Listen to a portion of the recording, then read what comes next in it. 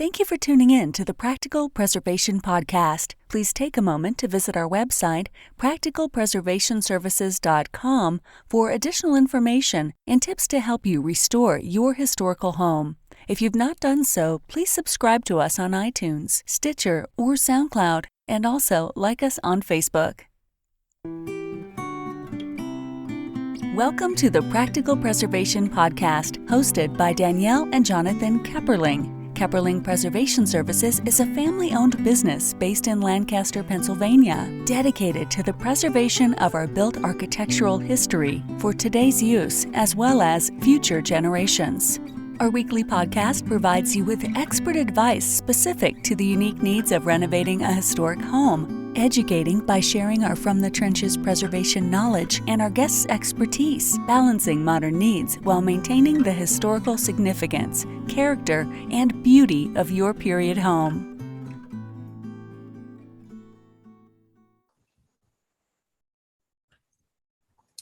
Today on the Practical Preservation Podcast, I have Leslie Stainton with me, and she's the author of Staging Ground and American Theater and Its Ghost. Thank you for joining me today, Leslie. Happy to be here. It's great. It's a great time of year. Yeah. So tell me about your background. Let's see. I grew up in Lancaster. I started working at the Fulton Theater, which is the topic of this book. When I was maybe 12 years old, I ushered. I then eventually found my way on stage for several years during college and a little bit afterwards. Worked in the development office, did children's theater there, and as so many people do who know that building and come into contact with it, I fell in love with the place, and I was fascinated by its history and by the fact that it, to me, it's like a prism for American culture and American history. It's grounded in the two great crimes on which this country is built: the enslavement of African Americans and the oppression and removal of Native Americans. Right. And so so that was how I got going with the book. I had majored in theater at Franklin and Marshall, went on and did a graduate degree in theater at University of Massachusetts. I now live in Ann Arbor, Michigan, and and I mostly write and edit, and so that's kind of my background in a nutshell. Okay, very good. I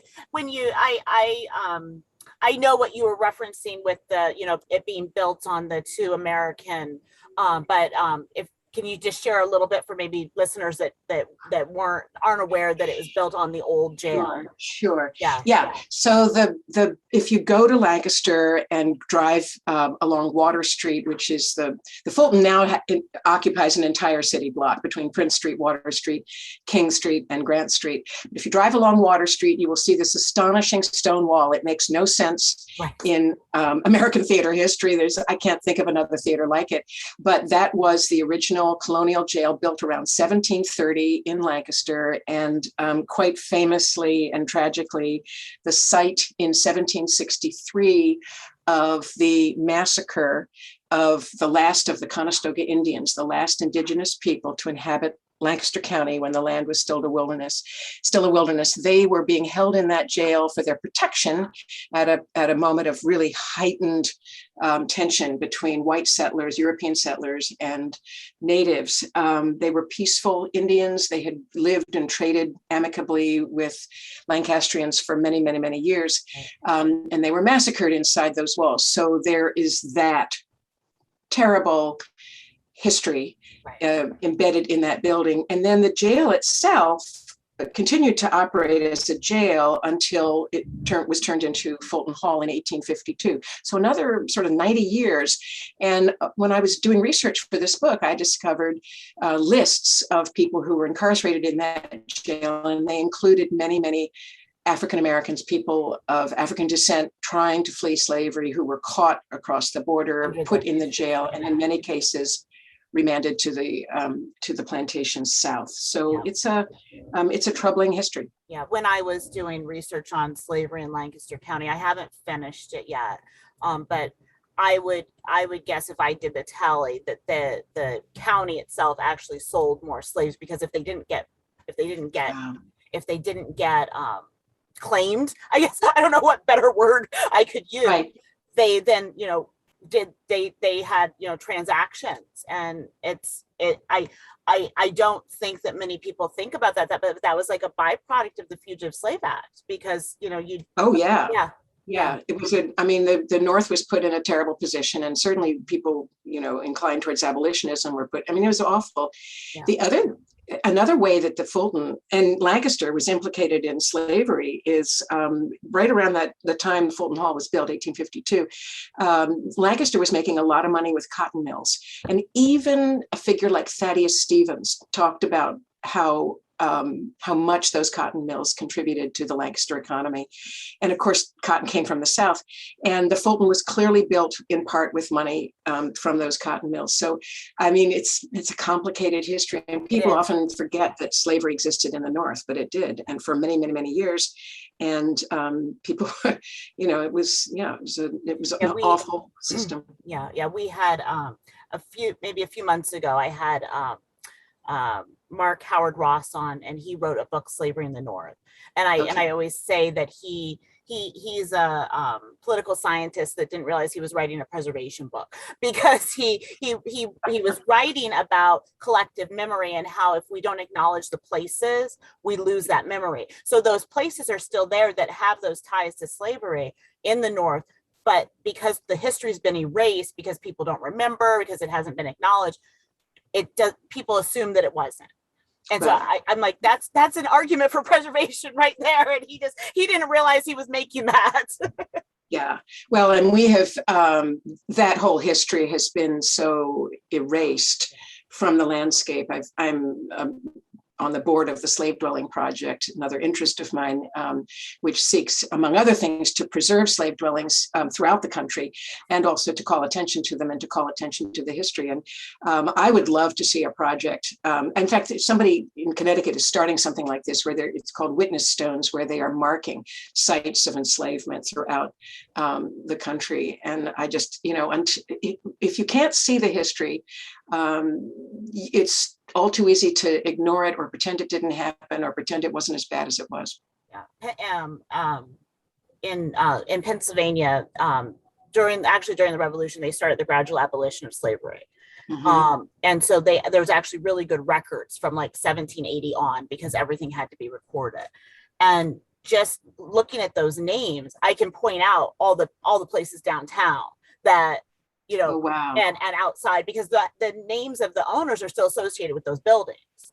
So like, it's like we walk past it every day. It's just not part of the history.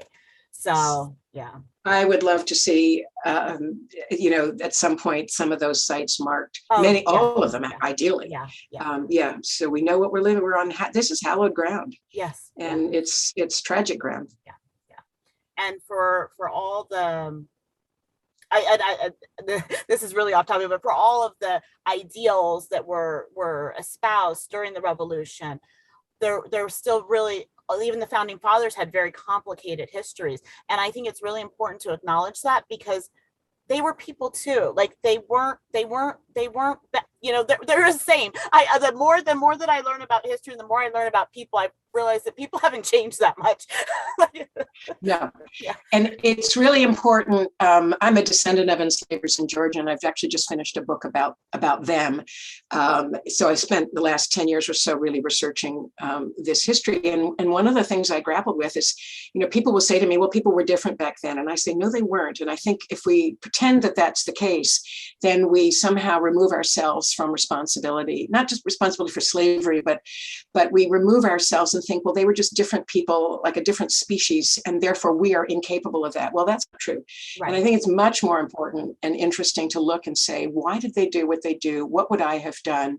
I don't think I would have been that different. It was, as we said earlier, it was so based in economics. It was. And I think about the psychology of it, like the fact that the enslaver had to depersonalize and dehumanize in order to be able to do that.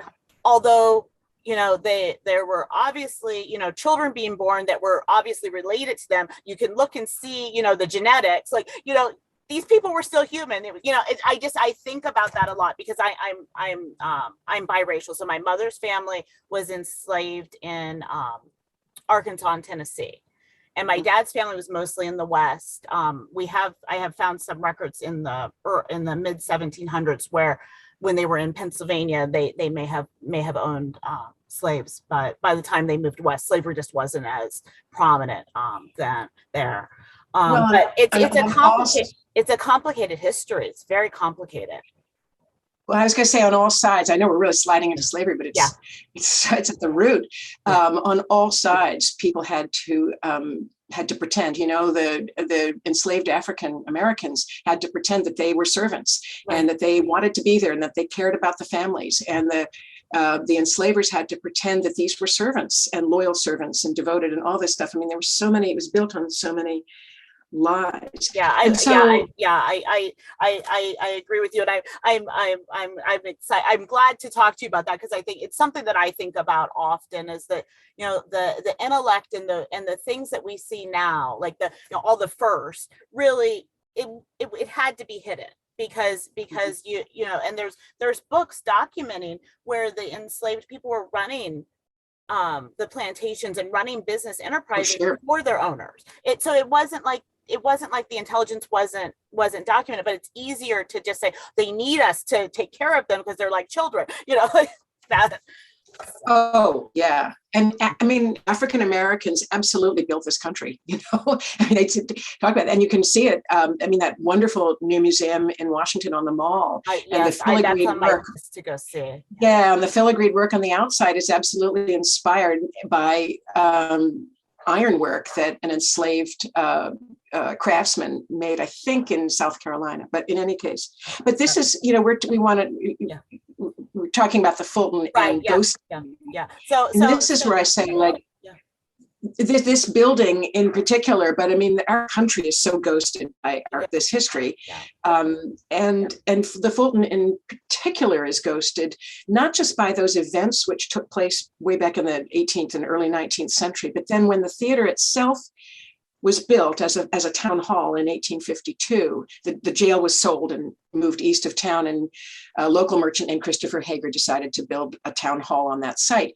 The first theatrical production to play the Fulton was a minstrel show, which was, a group of white performers in blackface, trying to present a happy picture of plantation life in America. And then pretty soon after that, the first production of Tom's Cabin came to the Fulton. So the Fulton was, again, like this staging ground. It was a place where people were looking at images of what was happening around them. They were trying to come to grips with things like race in this country. And not, later in the Fulton's history, Buffalo Bill came and performed there, and he brought quote unquote live Indians with him. Goodness. And he performed on the stage in the 1870s and 80s, right above the ground where the Conestoga Indians were massacred in 1763. So you have theater on top of real life events, and this the kind of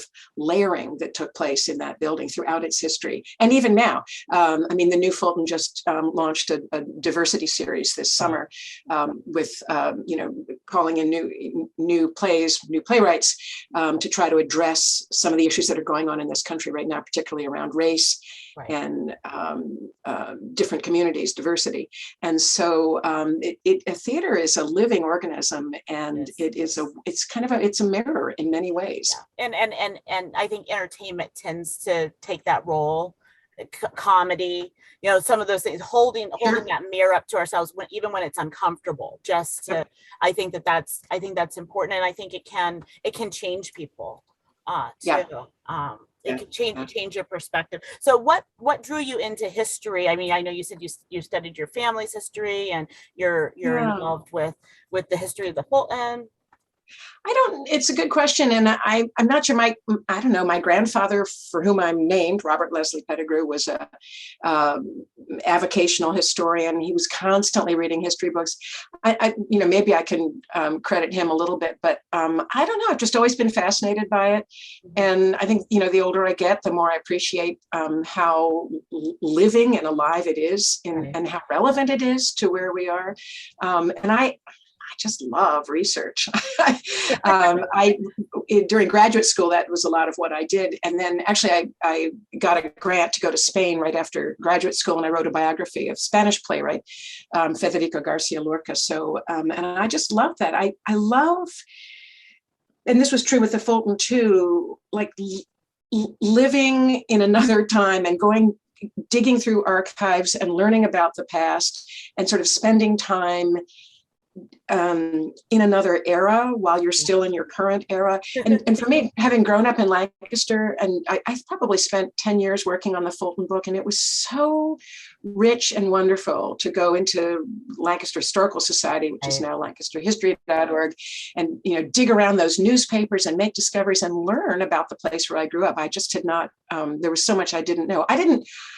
When I was growing up, you didn't learn about the Paxton Massacre, the killing of the Conestogas in school. I mean, there were just, things that we kept buried. Yeah. So that was really rich. And then also to meet people today, I spent hours inside that building, digging around, touching the stone wall. I brought in a geologist from Franklin and Marshall who, put some chemicals on the stone wall, one just to prove to me that it was limestone, and so on and so forth. So it's such a rich, it just enriches your life. It is. It does. I agree with you. And I enjoy going in to research libraries too. So. Well, you're in historic preservation. Yeah. So how did you get in? Yeah. Well, I've thought about that a lot. Well, it started out as my parents' business. My dad, we moved here from Colorado, and my dad started working in preservation. And I was 10. So I've grown up around historic buildings, all of that. So that's how I got into this exactly. But I always loved history, and my entire senior year, I had decided I was never doing science or math again, which really didn't work out when I went to college. But I had decided that, so I share your pain. Yeah. So I my entire senior year was either English or social studies classes.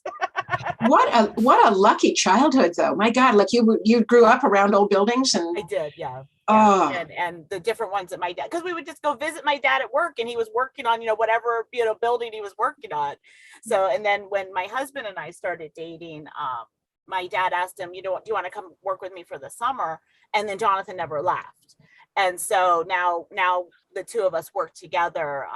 Now my parents retired like 3 years ago. I'm losing track of time. I think it's 3. but I really enjoy it. And the work that I do in, with my preservation consulting and my other things, I just feel like it's so important to acknowledge our history, and also to, preserve as much of our history as we can, because there's not, in our area, there's a lot of buildings left, but every day some get torn down and then they're gone. It's also storytelling. I mean, you think about the discovery of those cisterns in the Thaddeus Stevens house in Lancaster, and it changes the story, and it changes our understanding of ourselves and who we are and who we have been. And that is so exciting to be able to do that. I mean, I'm not sure before my book that it was sort of public knowledge that enslaved people were held in the basement of the Fulton. We knew about we knew about the Indians. Yeah. And it was one day, it was one of those incredible things. This is what makes, research so thrilling. I was at the Historical Society, and, when you go to archives, it's always good to chat up the librarians, the archivists, because they know the collection. Right. And I had been there, for off and on for years at that point. And I was talking to Kevin, one of the archivists. He's great. He was a podcast guest he's fantastic. Ago. Yeah. He just mentioned in passing that he said, "Oh yeah, well, there are some. We've got jail lists, and they've got runaways on them." And I went, "What?" And can you? And he went down into the basement and he brought them up, and I went, "Oh my God, my story just changed. That is incredible." Yeah. I agree that they know so much more. Oh, you always, if you do archival work, folks, talk to the librarians. Do not omit that opportunity, because So you've mentioned your book, but tell me about your book, Staging Ground in American Theater and Its Ghosts. Well, it's I call it a history memoir, because what I didn't want to do was just write a sort of it was founded in 1852, and then this happened, and then that happened, and that happened. I wanted a thread to pull people through. So and I say this with all due humility, I'm not into writing a memoir, but I did spend a fair amount of time in the Fulton in, sort of formative periods of my young adulthood. And so I used that as a kind of pull to get you through. I also used the figure of Blasius Yecker, who is somebody Christopher Hager is pretty well known in the history of the Fulton. Yecker is not so well known, and in many ways, he was way more important. I mean, Christopher Hager built the building. You can't take that away. But Yecker's the guy who bought it. He was a saddle maker. He was an immigrant from Germany. It's a quintessentially American story. He came over here 1848. He was like 14 or 15 years old.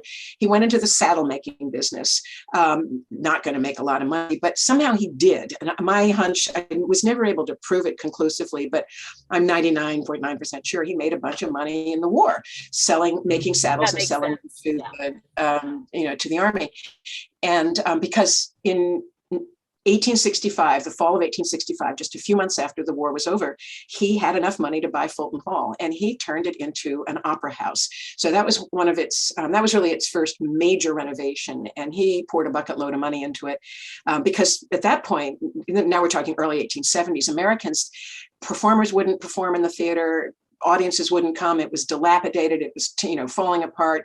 And so Yecker turned it into this lavish opera house. Right. And and that was really the first golden age of the theater. I would say we're in a second golden age now. Yeah. But that was the first golden age. It was the major roadhouse, all of these, fantastic, Buffalo Bill and Edwin Booth and all these people came into the Fulton and performed, and Yecker held on to that theater until he died in 1903.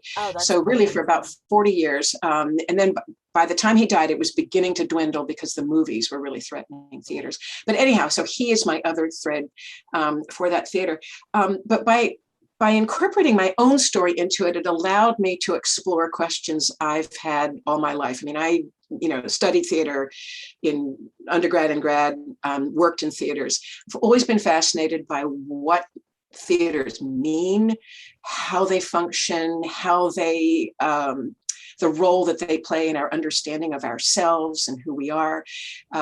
Also, one of my favorite books is a book called The Actor's Freedom, and I relied on that. It's an old book, but it's wonderful about the freedom that performers have. When you put a mask on or you put a costume on and you get up there on the stage, you can do stuff that you cannot do walking out on the street. You can kill people.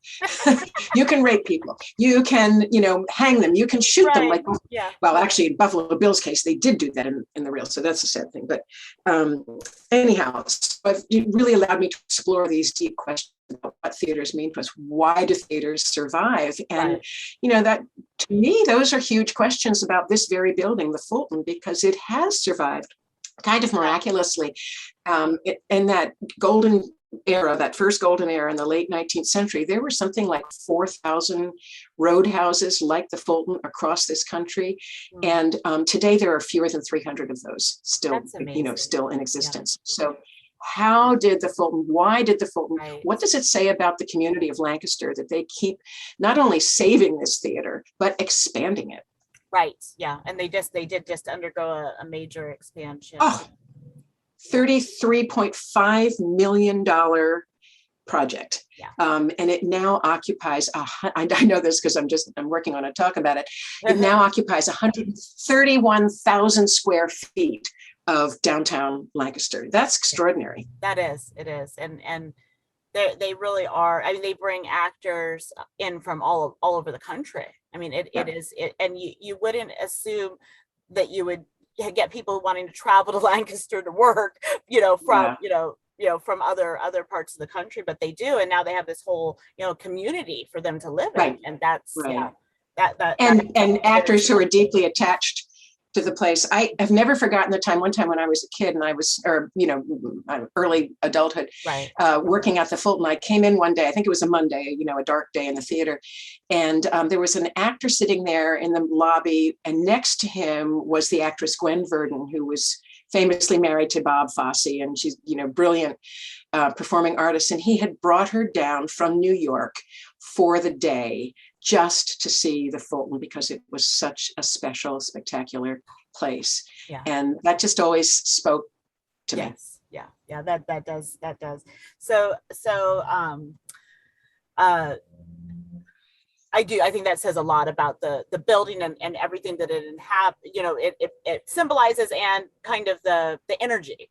But then we also have these ongoing ghost stories inside the Fulton. So can you tell me a little bit about what you've uncovered about the ghosts of the Fulton?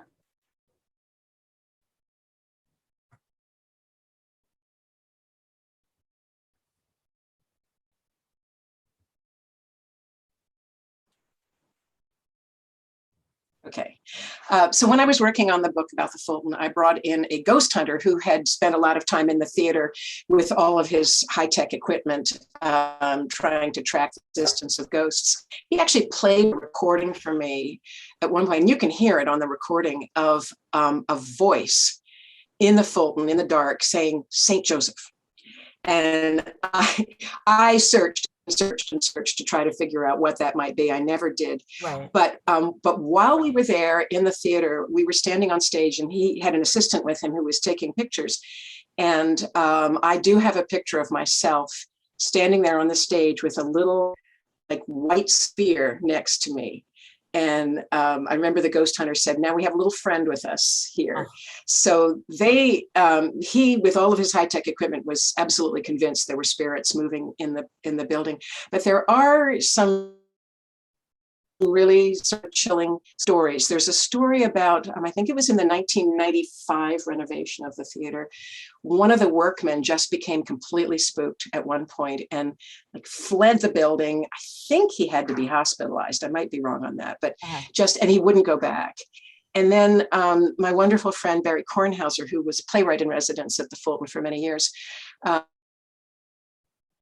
had a story. It was in the 1990s. They actually commemorated the massacre of the Conestogas with a native ritual involving sweetgrass and smoke outside. I wish I had been there for that, but I wasn't. But one of the Native Americans who took part in that ceremony gave Barry a piece of sweetgrass afterwards. And Barry went up to his office. Now, you got to know Barry, but like Mr. Clutter, that office was just, stuff everywhere. Right. And he put the sweetgrass down on his desk and then locked the door. Windows were locked, left for the day, came back. Nobody had been in the theater, and certainly not in his office. The entire surface of his desk was swept clean, and the piece of sweetgrass was the only thing left on that.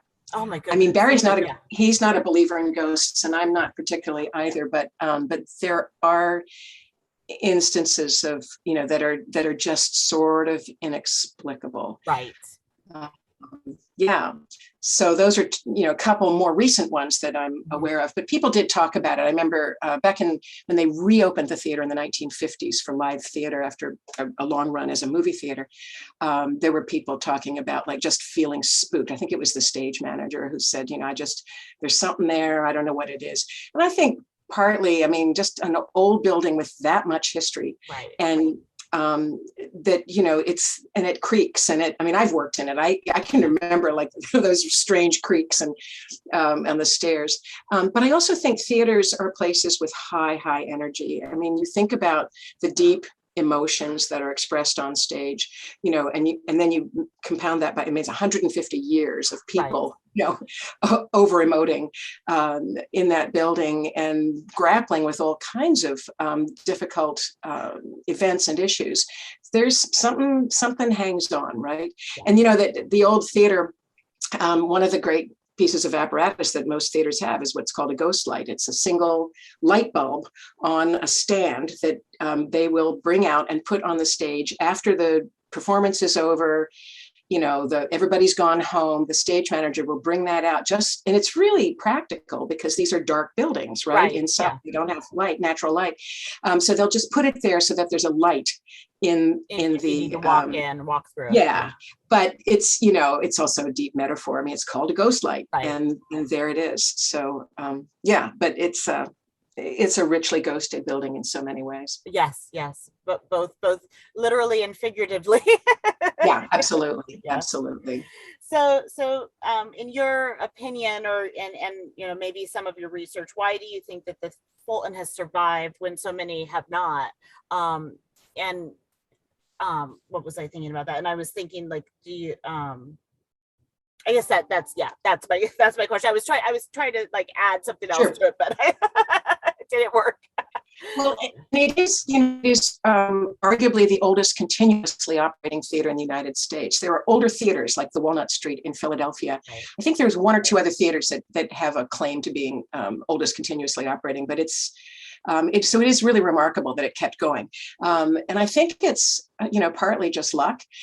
Certainly community involvement and community commitment is huge. I think probably it came closest to being destroyed in the 1960s, that great era of urban renewal. Right.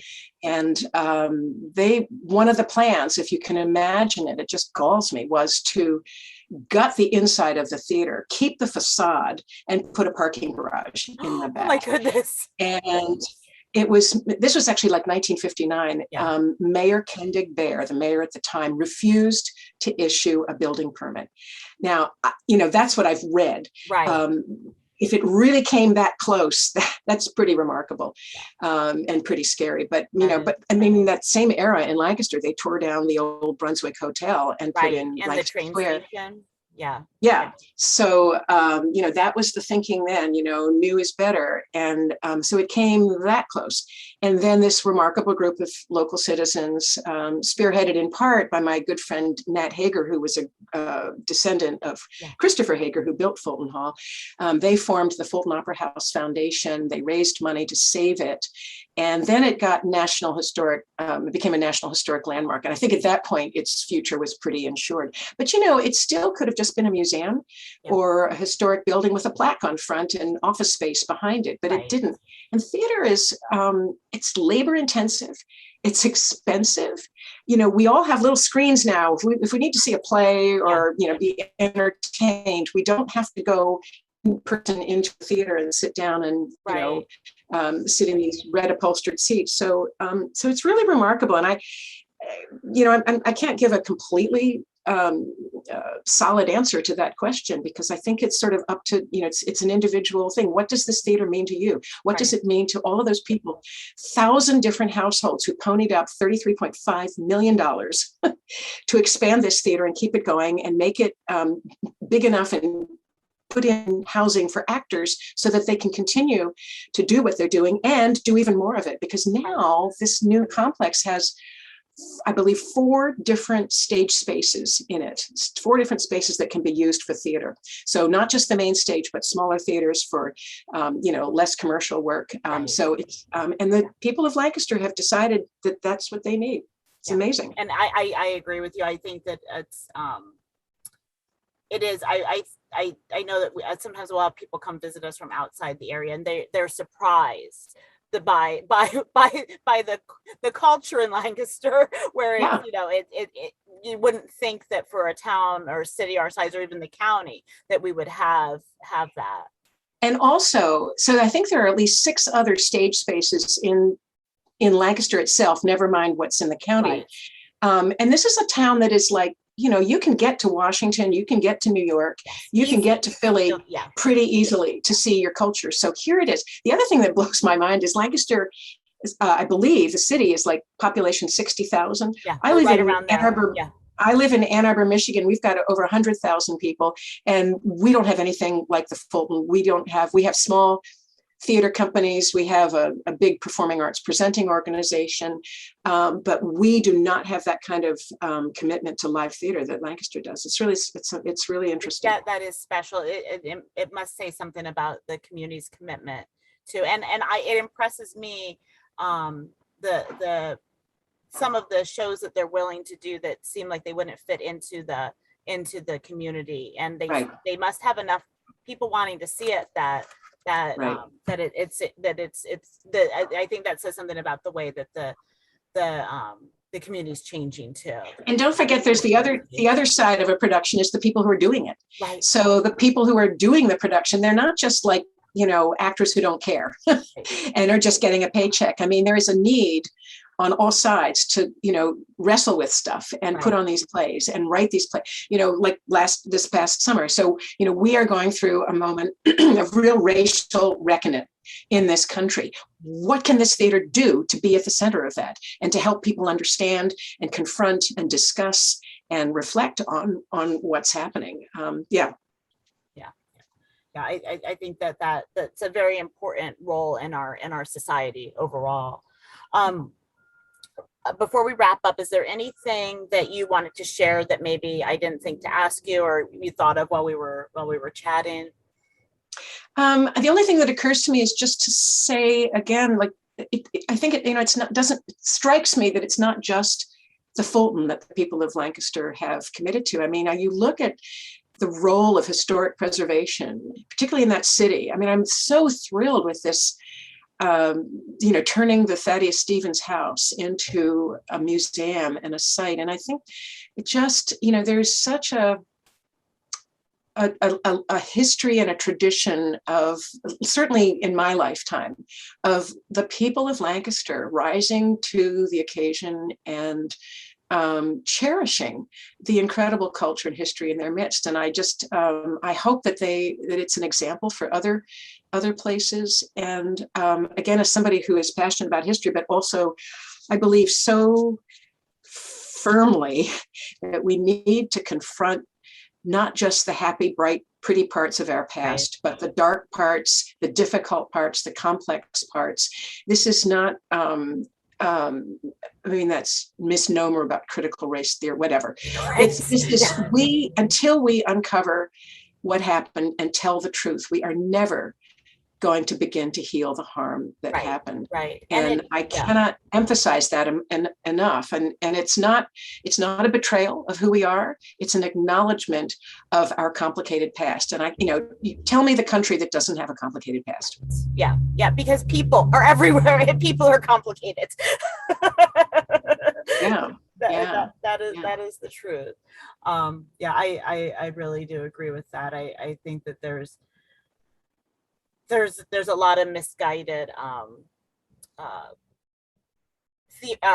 fears right now that are being fueled, and I, as somebody who loves history and I mean, not all of the, I see some of the history that I was taught in school was, not exactly 100% accurate. But by the time I was in high school, we were getting into some pretty heavy things. And I appreciate that. I appreciate the education that I got. And there's always more that we can learn and more than we can acknowledge and learn from. Because if we don't do that, we're going, it's very easy to slip back into. Well, and if the buildings aren't there and we don't preserve what we've got, I mean, we've lost a lot, but if we don't preserve what's left, then the evidence goes away and it becomes easier to cover it up. As an aside, I've just been reading this really remarkable book about Germany. American woman, Susan Neiman, who is Jewish, grew up in Atlanta, but lives in Berlin. And the book is called Learning from the Germans. And it's about how Germany has confronted the Holocaust in the last 70 odd years. And it, it's not unlike what we're going through now, where, for many years, people did not want to acknowledge it at all. They wanted to brush it, pretend it hadn't happened.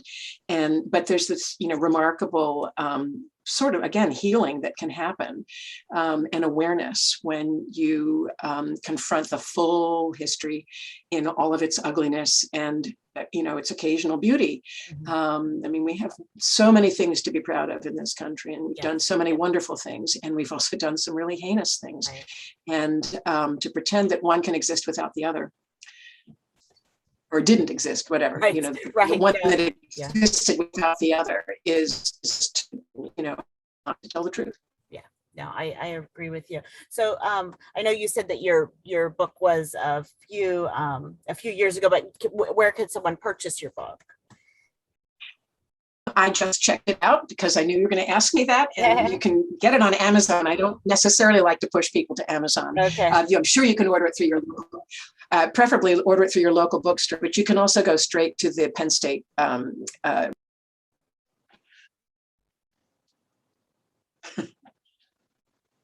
I've lost you. Oh, you're muted.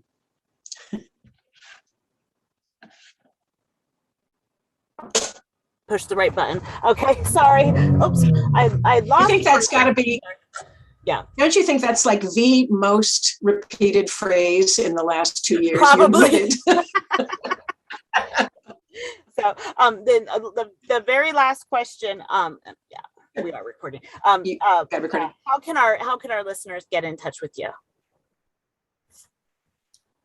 Oh, I'm happy to be emailed. Do you want the Stainton, STANTO @edu? I have a website. You can go on that, and there's a contact form on there as well. Okay, and very I'd good. love to hear from you. Okay, yeah, we'll make sure that is on our site where the podcast is hosted, and then if someone's listening and didn't get a chance to write it down, they can always get it there. Great, Okay, great. Thank you so much. I enjoyed our conversation. Thanks for listening to the Practical Preservation Podcast. The resources discussed during this episode are on our website at practicalpreservationservices.com/podcast. If you received value from this episode and know someone else that will get value from it as well, please share it with them. Join us next week for another episode of the Practical Preservation Podcast. For more information on restoring your historic home, visit practicalpreservationservices.com.